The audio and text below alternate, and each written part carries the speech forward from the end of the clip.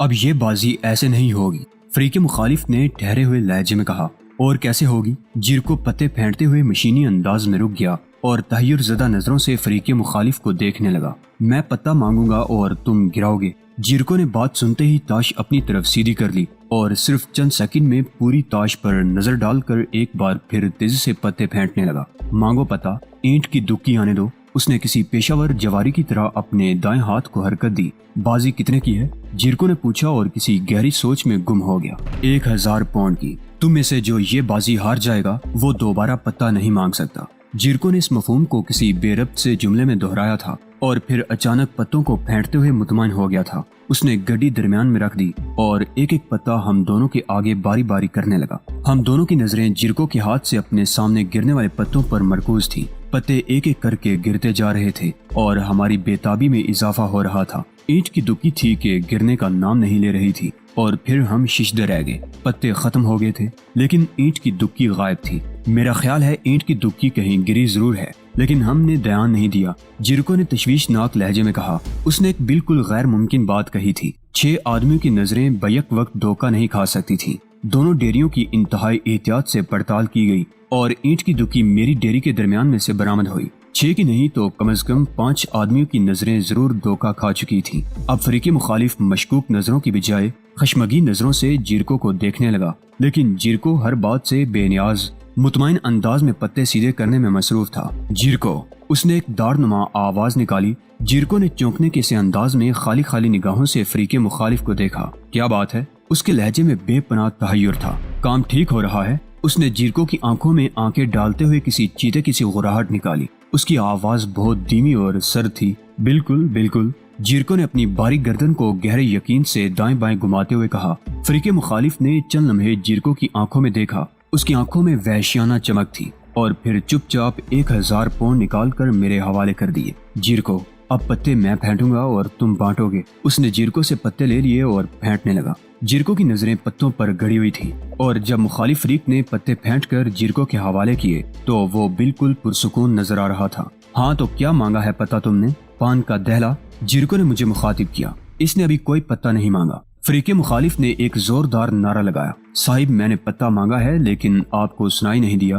میں نے پروقار لہجے میں کہا۔ ٹھیک ہے، اس نے ایک خونخوار کرا نکالی۔ اگر پان کا دہلا تمہاری طرف گرا تو میں جیرکو سے سمجھ لوں گا۔ پتے ایک ایک کر کے گرنے لگے۔ اب کی بازی 2000 پاؤنڈ کی تھی، اس لیے بے تابی بہت بڑھ گئی تھی۔ پان کا دہلا میری توقع کے مطابق میری طرف گرا اور فریق مخالف کو جیسے سانپ سونگ گیا۔ مجھے یہ بازی منظور نہیں، یہ بازی دوبارہ ہوگی، اس نے پژمردگی سے کہا۔ یہ بالکل بے انصافی ہے، آپ کو 2000 پاؤنڈ ادا کرنے ہوں گے، جیرکو نے سختی سے کہا۔ اور میں یہ رقم ادا کرنے سے انکار کرتا ہوں، اس نے ٹھہر ٹھہر کر اپنا جملہ پورا کیا۔ میں نے جیرکو کو دیکھا اور اس کی آنکھیں دیکھ کر میرے رونگٹے کھڑے ہو گئے۔ اس کا چہرہ بہت وحشت ناک ہو گیا تھا۔ تم سے یہ رقم زبردستی بھی وصول کی جا سکتی ہے، جیرکو نے کہا، اور ہم 6 کے 6 افراد اٹھ کھڑے ہوئے۔ صورتحال بہت نازک ہو گئی تھی۔ جیرکو کسی وحشی درندے کی طرح نظر آ رہا تھا۔ ایک بار پھر انکار کرو۔ میں انکار کرتا ہوں۔ فریق مخالف اپنی دونوں ایڑیوں پر اچھلتے ہوئے دوڑا۔ ابھی اس کا جملہ پورا بھی نہیں ہوا تھا کہ جیرکو کی ایک زوردار ٹکر اس کی ناک پر پڑی۔ اس نے ایک دل دوز چیخ ماری اور زخمی مرغ کی طرح پھڑکنے لگا۔ باقی 3 بری طرح جیرکو پر ٹوٹ پڑے۔ کیا دیکھ رہے ہو کرم دین؟ جیرکو کی ڈوبتی ہوئی آواز آئی اور میرے جسم میں کرنٹ سا دوڑ گیا۔ میں نے جیرکو پر جھکے ہوئے اپنے سے قریب ترین آدمی پر ایک زوردار پنچ رسید کیا۔ وہ کسی خونخوار جانور کی طرح میری طرف متوجہ ہوا اور پھر دوسرے لمحے جیسے بھوتوں نے ہوٹل پر حملہ کر دیا ہو، ہم انسانیت سے عاری جانوروں کی طرح ایک دوسرے سے بھیڑنے لگے۔ چیخیں، کراہیں اور آہیں ابھر رہی تھی، گھونسے، تھپڑ اور لاتیں چل رہی تھی۔ میں نے اور جیرکو نے 2 آدمیوں کو سنبھالا ہوا تھا لیکن یہ بھی چھٹے ہوئے بدماش معلوم ہو رہے تھے۔ میری کوشش یہ تھی کہ میں ان دونوں میں سے کم از کم ایک کو اس حد تک ناکارہ کر دوں کہ وہ اپنے ساتھی کی کوئی عملی مدد نہ کر سکے، لیکن مجھے اس کوشش میں کامیابی نہیں ہو رہی تھی۔ لڑتے لڑتے اچانک جیرکو میرے قریب آ گیا اور پھر کمرے میں ایک چمک سی پیدا ہوئی۔ اس چمک کے ساتھ ہی ایک دل خراش چیخ ابھری اور لڑائی بڑائی کے شور کو دباتی چلی گئی۔ یہ چیخ اس قدر ہولناک تھی کہ ہم سب ساکت ہو کر رہ گئے اور تڑپتے ہوئے آدمی کو دیکھنے لگے جس کے سینے سے خون ابل ابل کر باہر آ رہا تھا۔ جیرکو 1 فٹ لمبا خون آلود چاقو ہاتھ میں پکڑے مطمئن انداز میں کھڑا اس جان توڑتے ہوئے شخص کو دیکھ رہا تھا۔ یہ چاقو دستے تک اس شخص کے سینے میں دھس کر واپس آ چکا تھا۔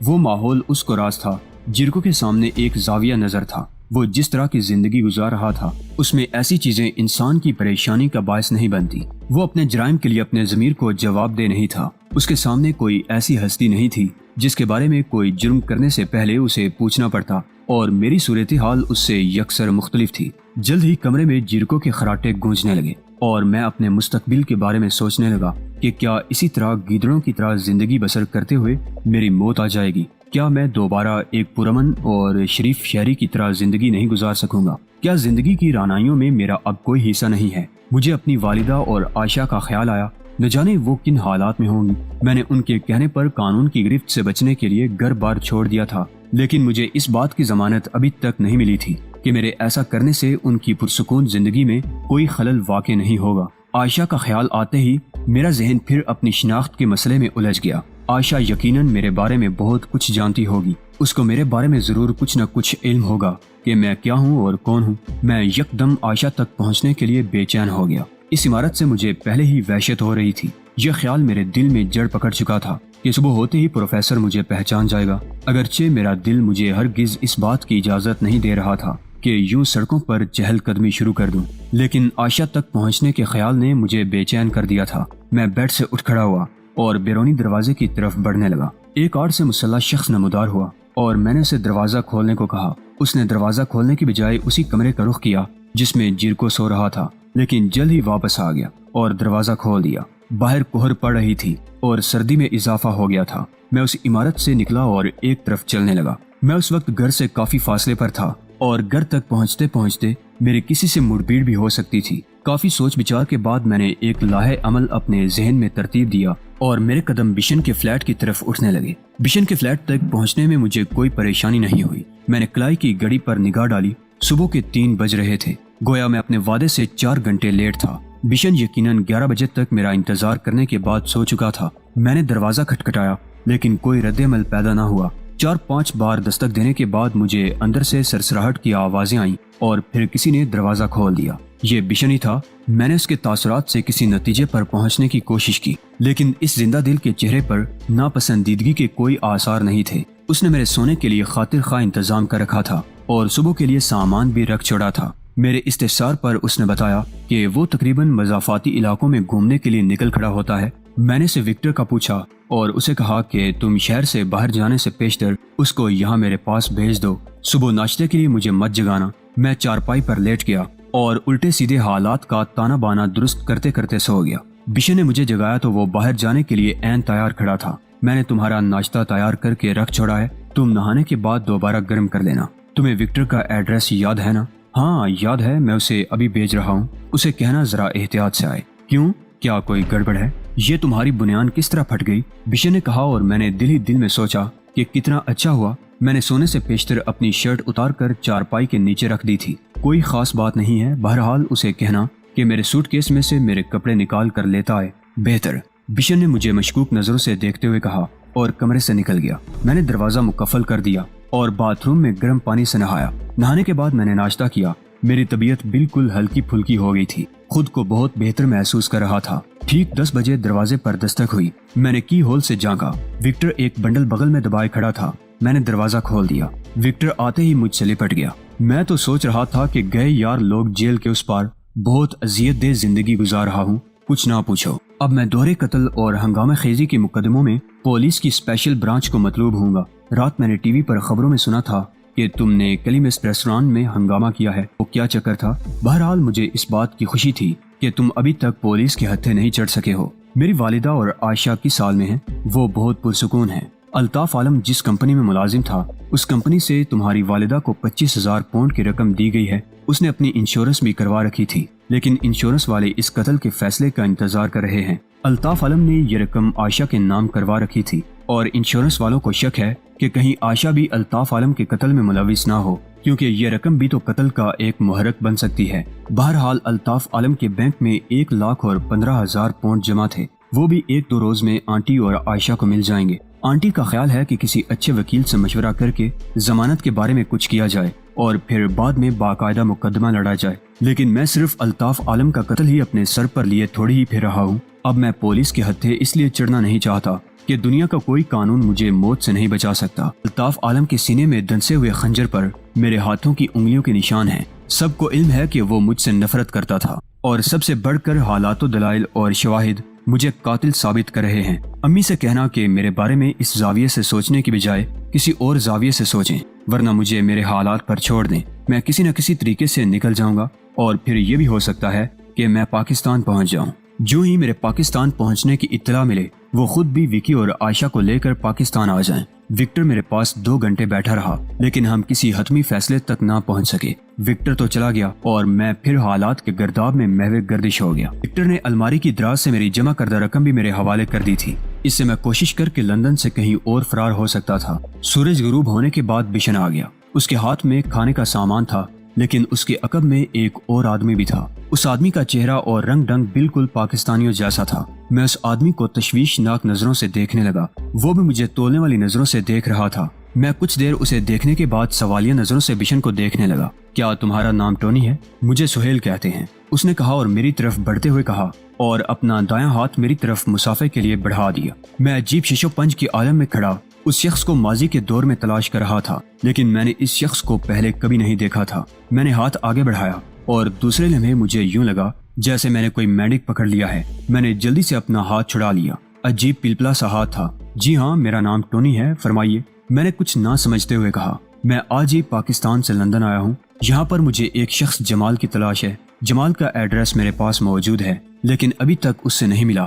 میرے پاس تمہارے گھر کا ایڈریس بھی تھا۔ میں نے سوچا کہ تمہاری طرف شام کو جاؤں گا۔ مضافاتی علاقوں میں گھومتے پھرتے سرنگی بجانے والے اس شخص سے میری ملاقات ہو گئی، اور پاکستانیوں کی باتیں کرتے ہوئے اس نے تمہارا نام لیا، اور میں اس کے ساتھ چل دیا کہ شاید جس ٹونی کا اس نے ذکر کیا ہے وہ تم ہی ہو۔ کیا تم جمال کو جانتے ہو کہ وہ کہاں رہتا ہے؟ وہ ایک ہی سانس میں سب کچھ کہہ کر خاموش ہو گیا، اور میں اس دوران فقط اس کے ہلتے ہوئے ہونٹوں کو دیکھتا رہا تھا کہ اگر بشن خفیہ پولیس کے کسی اہلکار کو یہاں لے آتا تو میری کیا درگت بنتی۔ بشن نے بڑا خطرناک کردار ادا کیا تھا۔ آپ نے میرا ایڈریس کہاں سے لیا جس پر آپ نے شام کو مجھے ملنا تھا؟ میں نے عجیب لہجے میں پوچھا۔ پاکستان میں تمہاری آنٹی نسرین رہتی ہے نا؟ میں اس کا شوہر ہوں۔ آنٹی نسرین نے شادی کر لی تھی اور اپنے شوہر کو لندن میں مجھ سے اور جمال سے ملاقات کے لیے بھیج دیا تھا۔ جہاں تک مجھ سے ملاقات کا تعلق ہے، وہ تو خیر ایسی کوئی بات نہیں تھی، لیکن جمال سے ملاقات کا کیا مطلب؟ آنٹی نسرین نے اپنے شوہر کو جمال سے ملنے کے لیے کیوں بھیجا؟ میرا ذہن ایک بار پھر الجھنے لگا۔ جمال سے آپ کو کیا کام ہے؟ مجھے ایک ذاتی کام ہے، اس نے کہا، اور میں اس کے چہرے کو دیکھنے لگا جس میں مجھے اب پہلے کسی نرمی نظر نہیں آ رہی تھی۔ میں نے اس کی آواز بھی بدلتی ہوئی محسوس کی۔ جمال کے پاکستانی دشمن اور جن کو تم سے کوئی دلچسپی ہو سکتی ہے۔ اچانک کلارا میرے انگ انگ میں چیخنے لگی، اور سردی کی ایک تیز لہر میری ریڑھ کی ہڈی میں دوڑ گئی۔ آپ کل لندن آئے ہیں یا آج؟ آج آیا ہوں، اس نے کہا، اور میں نے سوچا کہ فائرنگ کرنے والے کوئی اشخاص تھے۔ کیا آپ جمال کے رشتہ دار ہیں؟ میں نے اسے بیڈ پر بیٹھنے کا اشارہ کرتے ہوئے کہا۔ اس کے چہرے پر تبدیلی کے واضح آثار پیدا ہوئے، یوں لگتا تھا جیسے اس نے کڑوے بادام کھا لیے ہوں۔ تم نے ابھی تک یہ نہیں بتایا کہ تم جمال کو جانتے ہو یا نہیں؟ اس نے میرے سوال کو نظر انداز کرتے ہوئے کہا۔ جمال مجھے بچپن میں پاکستان میں ضرور ملتا تھا، لیکن لندن میں مجھے جمال کی موجودگی کا کچھ علم نہیں۔